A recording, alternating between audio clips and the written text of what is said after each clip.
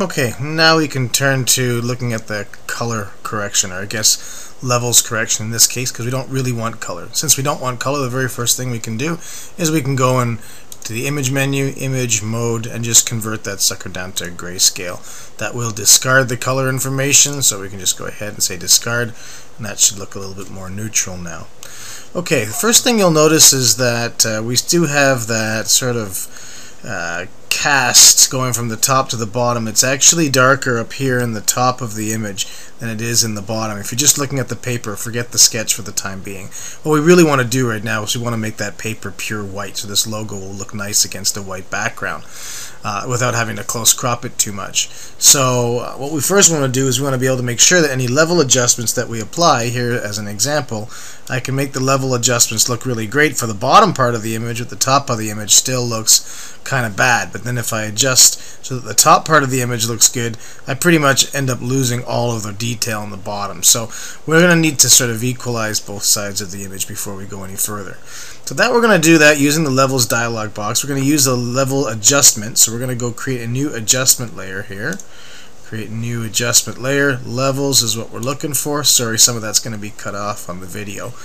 Just using the adjustment palette at the bottom of the screen and selecting levels. Now before we actually adjust any levels here, what we want to do is we want to run a mask. Here you can see that whenever you create an adjustment layer, it also creates a layer mask. And a layer mask is a really powerful way of affecting which pixels in the image are going to be actually affected or controlled by the adjustment that you're applying.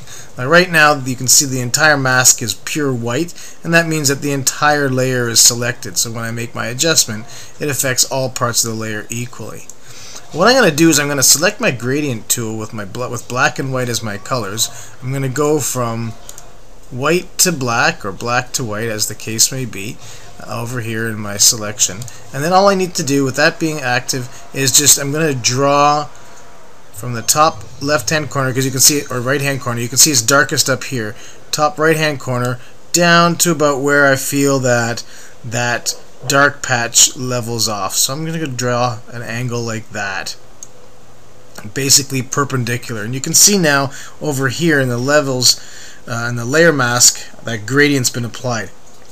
The rule of thumb with layer masks is that any part of the layer mask that is white will allow the adjustment to affect the image underneath, and any part of the layer mask that's black will actually protect the image from being affected. So this level adjustment that I'm going to do now is only going to affect the parts of the image that is covered by the white part of the layer mask. And you can see that now.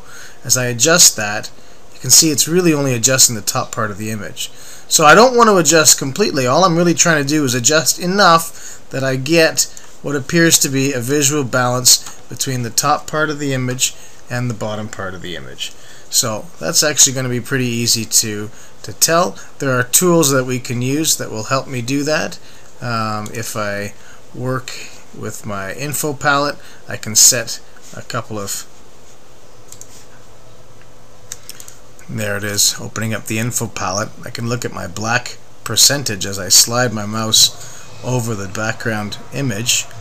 I'm looking at the second value, the one after the slash, so we're seeing here 74/61. 74 is the value it was before my adjustment, and 61% is the new value.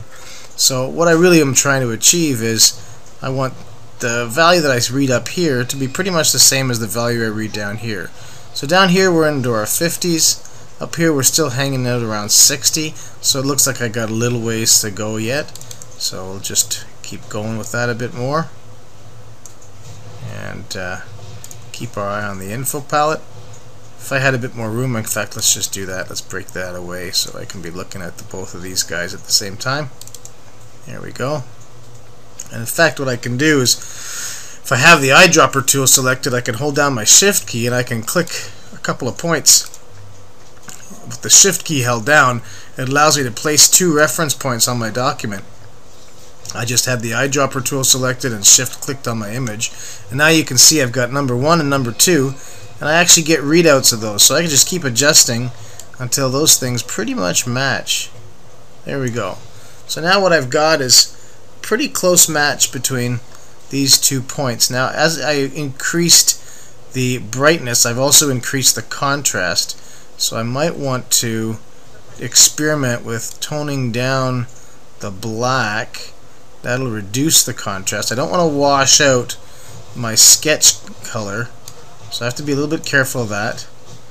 But sometimes you can achieve what you're looking for. I'm just going to pull back a bit by adjusting the mid-tones. That's going to give me a similar kind of fade without as much dramatic contrast. So sometimes you got to eyeball it a little bit, but using the numeric readouts can be really helpful. And I can go over here and actually, by holding down the control key, still with the eyedropper selected, I can click and I can drag this guy around, maybe choose a new point. This one looks a little darker. Now be careful, this is darker because I'm left-handed and I tend to smudge a little bit as I sketch, and that's something I might need to clean up afterward. So I'm really looking at these larger areas here, hovering around. Doesn't have to be exact. Looks like I may have lightened it just a tad too much. I'll come back off of that a little bit.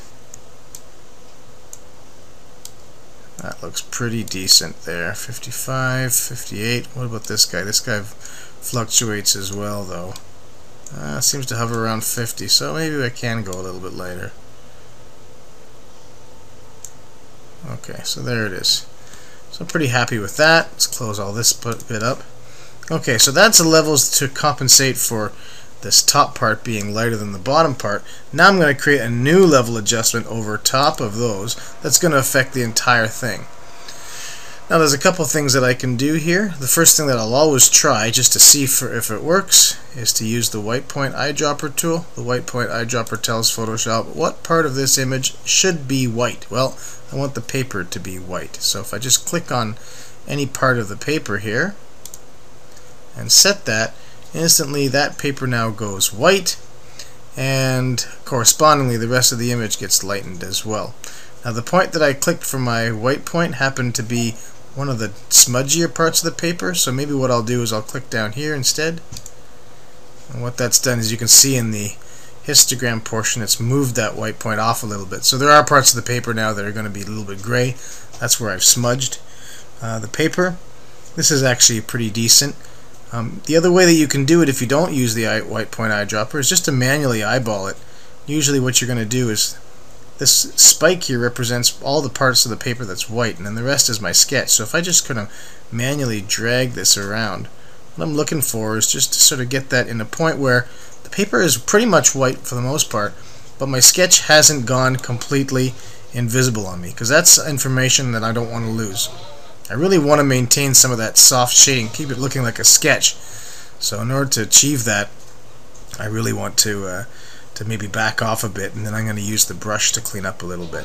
I can also increase the contrast by darkening out my sketch by pulling my black point up, like that. Now I don't like that because that doesn't look like a pencil sketch anymore. If this were a marker, that'd be a different story, but I want to preserve a little bit of that. So I'm going to keep it actually gray. But I can take that black point to where the information begins. You can see that this histogram starts here, ends here, and that's pretty much corresponds to where I've got my little arrows pointing down as well. Getting them off of that just ends up wasting dynamic range. So I'll just bring that in, clip a tiny little bit there. That gives me pretty good contrast.